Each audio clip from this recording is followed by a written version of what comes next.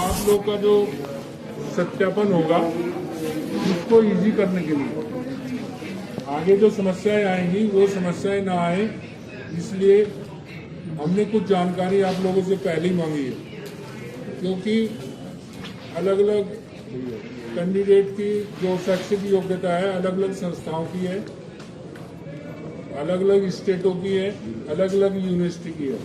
किसी के यहाँ किस टाइप का कोई जो सत्यापन का प्रावधान अलग अलग होता है, तो सबकी जानकारी हम लोग को नहीं रहती है। और सबका अलग अलग बोर्ड होता है जिसका एक हेड ऑफिस होता है और उसकी सब ब्रांच होती है। आप देखिए कितने सेक्टर्स हो गए, हेड ऑफिस हो गए, अलग अलग यूनिवर्सिटी हो गई, अलग अलग स्टेट हो गए, अलग अलग कैंडिडेट हो गए और अलग अलग योग्यताएं हो गई। तो आप लोगों को अपनी जो शैक्षिक योग्यता है जिस संस्था से आपने प्राप्त की है वहां से बाई फोन बाई संपर्क कैसे भी आप वहां से स्वयं जानकारी करेंगे कि आपकी जो योग्यता है उसका वो सत्यापन यूनिवर्सिटी या कॉलेज या संस्था या बोर्ड कैसे करता है। उसके दो तरीके होते हैं, ऑनलाइन ऑफलाइन। ये आपको जानकारी लेनी है कि आपके डॉक्यूमेंट का उस संस्था से सबसे प्रथम ऑनलाइन होता है या ऑफलाइन होता है। अगर ऑनलाइन होता है उसकी साइट क्या है ये आप जानकारी करें, वो किससे लिंक है या डायरेक्ट। ऑफलाइन है तो उसका एक्चुअल पता क्या है।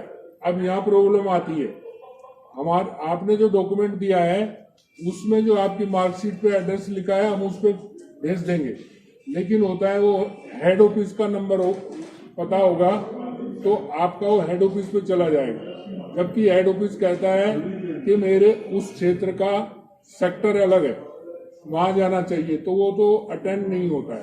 तो ऐसी स्थिति में आपका रीजनल, उसको बोलते हैं रीजनल ऑफिस, आपकी संस्था का रीजनल ऑफिस कौन सा है वो पता लिखेंगे पिन कोड सहित। मोबाइल नंबर हो तो अच्छी बात है, लेकिन उसका पिन कोड देना जरूरी है। सेकंड आता है उसका चार्ज। कुछ संस्थाएं ऐसी होती हैं बोर्ड्स गवर्नमेंट के वो फ्री करते हैं, कोई चार्ज नहीं लेते हैं, और कुछ अपना नॉमिनल चार्ज लेते हैं। उनका निर्धारित शुल्क होता है, क्योंकि जो डीडी ये रजिस्ट्री और इस टाइप से जो उनके खर्चे आते हैं उसको बीट करते हैं। आप उसका पता करेंगे किस संस्था किस बोर्ड का कितना शुल्क है। शुल्क लेने के भी उनके तरीके हैं, या तो वो डीडी से लेते हैं या फिर ऑनलाइन ट्रांजैक्शन कराते हैं। जब ऑनलाइन ट्रांजैक्शन कराते हैं तो उसकी रसीद निकल के आती है। यहाँ भी एक समस्या पैदा होती है, जिसका भी आप शुल्क जमा करेंगे वो वन टाइम वेरिफिकेशन करता है। कुछ लोग बाद में करते हैं, कुछ एट ए टाइम करते हैं। जो संस्था आपका वन टाइम जैसे शुल्क ट्रांजेक्शन करेंगे तो आपका वेरिफिकेशन निकाल देंगे, तो वो आप वेरिफिकेशन एग्जीक्यूट कर दीजिए, निकाल लीजिए। जैसे ही आप उसमें फीस डालेंगे आपका वेरिफिकेशन आ जाएगा। लेकिन जितनी बार आप उसमें फीस डालेंगे, जितनी बार सत्यापन चाहेंगे, वो हर बार फीस मांगती है। कुछ बोर्ड ऐसे हैं, कुछ बोर्ड ऐसे होते हैं कि वो एक बार आप उसकी फीस जमा कर दीजिए, उसका सत्यापन जब चाहे आप तब निकाल सकते हैं, बाद में भी ले सकते हैं और तब भी ले सकते हैं, उसकी फीस जमा हो गई। दिल्ली बोर्ड का क्या होता है, पहले उसमें डीडी जाते थे, अब वो ऑनलाइन फीस लेते हैं, ऑनलाइन ट्रांजैक्शन। उसके बाद जैसे ही आप फीस उसकी रसीद ले लेंगे, कोई ये जरूरी नहीं है कि वो एट ए टाइम आपका सत्यापन दे, उसको बाद में भी ले सकते हैं। और इसके लिए उनकी रिक्वायरमेंट होती है, कुछ तो एट ए टाइम उनका सत्यापन दे देंगे, लेकिन कुछ का क्या होता है फीस जमा कर लेंगे, लेकिन सत्यापन तब देंगे जब आपका डॉक्यूमेंट उनके पास जाएगा, फोटोकॉपी में जाएगा, वेरीफाइड जाएगा, किस विभाग से जाएगा, क्यों चाहिए, इसका जो अप्लाई करने वाला विभाग है तब देंगे। फीस उसने जमा कर लिया है लेकिन वो सत्यापन नहीं देंगे। दिल्ली यूनिवर्सिटी में क्या होता है, आप फीस जमा करेंगे, उसकी रसीद ले लेंगे, अपने डॉक्यूमेंट के साथ कार्यालय में जमा कराएंगे, जब हम उसकी डॉक्यूमेंट उसको वहां भेजेंगे तो वो सत्यापित कर देंगे।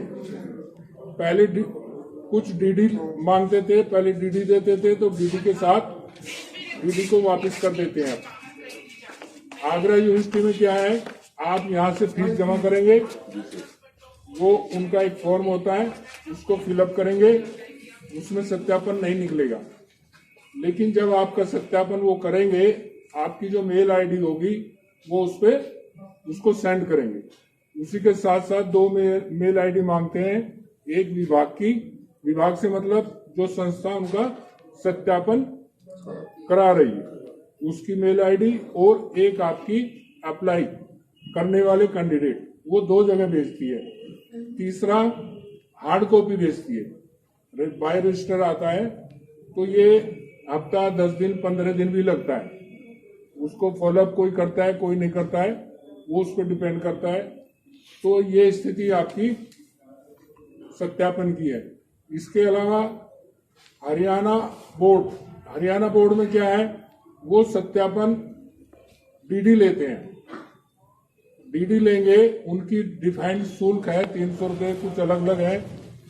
वो डीडी लेने के बाद ओरिजिनल डॉक्यूमेंट उनको चाहिए, वो फोटोकॉपी नहीं करते हैं, ऑनलाइन करते हैं। जो विभाग उसको कराता है उसकी फोटो ओरिजिनल कॉपी वहां भेजेंगे, ओरिजिनल के साथ ही रजिस्टर्ड डाक से वो अपना सत्यापन भेजेंगे। तो अलग अलग हो गया, जिसका जहां से जो एजुकेशन है उसके हिसाब से वो आप उसका ब्यौरा करके ये फार्म में के साथ अटैच कर देंगे। संभव हो सके तो उसकी अपनी मार्कशीट सेल्फ अटेस्टेड फोटोकॉपी, क्योंकि आप लोग एक दे चुके हैं पहले भी, वो हमारे पास हैं। हम उसको क्रॉस चेक करेंगे, आपके डाटा से मिलान करेंगे।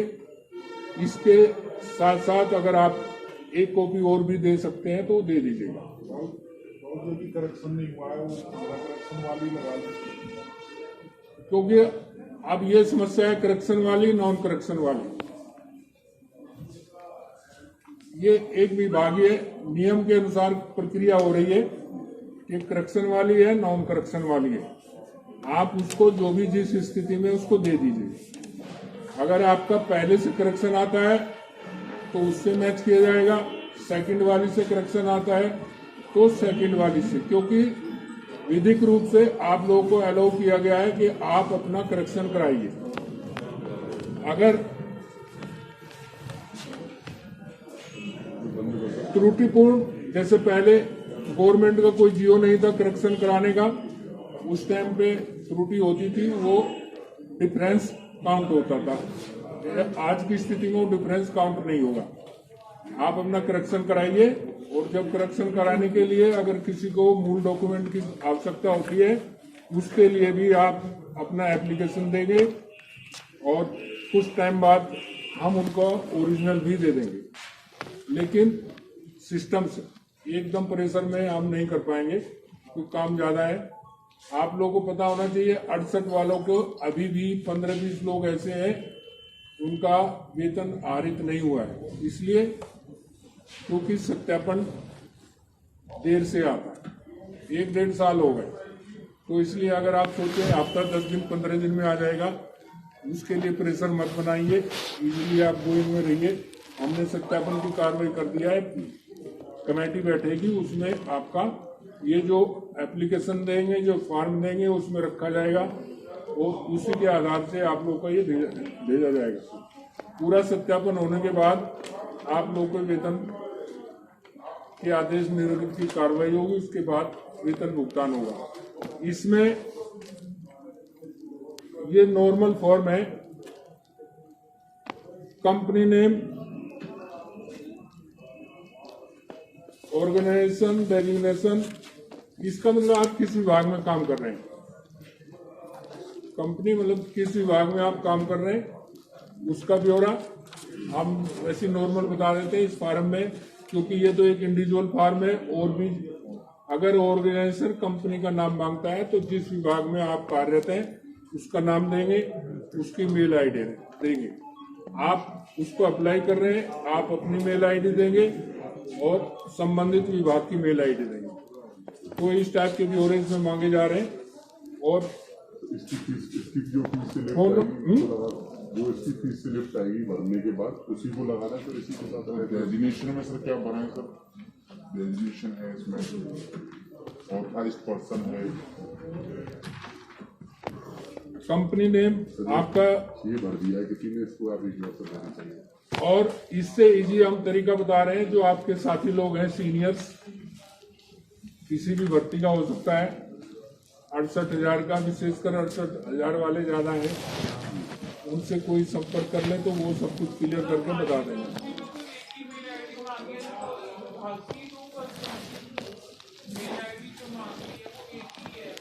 देखिए मेल आईडी का ये है, इसमें आगरा वाले में 2 मेल आईडी मांगते हैं। एक जो अप्लायर जो उसको आवेदन कर रहा है, दूसरा जिस संस्था में वो कार्यरत है, संस्था का BSA मथुरा BSA@gmail.com। एक आपकी मेल आईडी जो आपकी पर्सनल व्यक्तिगत होगी, दोनों पे ही वो मेल से आएगा, और तीसरा वो डाक से आएगा।